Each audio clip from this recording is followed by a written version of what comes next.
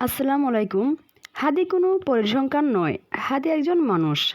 একটি জীবন এভাবে হারিয়ে যাবে আর আমরা নীরব থাকবো, এটা হতে পারে না।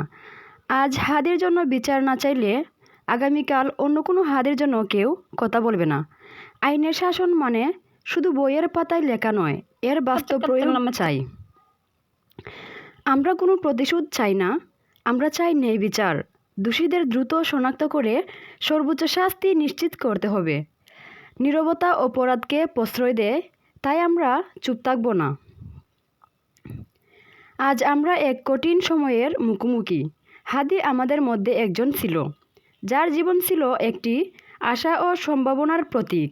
কিন্তু তার অকাল মৃত্যু আমাদের মর্মাহত করেছে আর আমাদের প্রশ্নের সামনে দাঁড় করিয়েছে ন্যায় বিচারের দাবি। হাদির পরিবার, তার প্রিয়জন এবং আমরা সবাই একত্রিত হতে চাই তার জন্য সঠিক বিচার। আমরা কোনোভাবেই চাই না যে অপরাধীরা অজানা ও ধরাছোঁয়ার বাইরে থেকে যাক। আমরা চাই আইন তার পথে চলুক, দোষীদের দ্রুত শনাক্ত করে উপযুক্ত শাস্তি প্রদান করা হোক।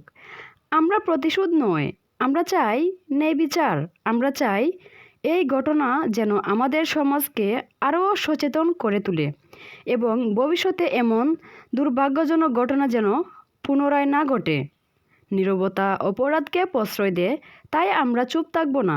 আমরা দাবি জানাচ্ছি হাদির বিচার হোক, যেন এই পৃথিবী আরও ন্যায্য ও নিরাপদ হয়।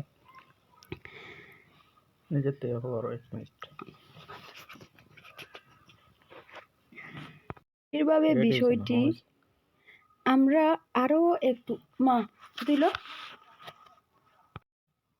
আমরা আরও একটু গভীরভাবে বিষয়টি নিয়ে ভাবতে পারি।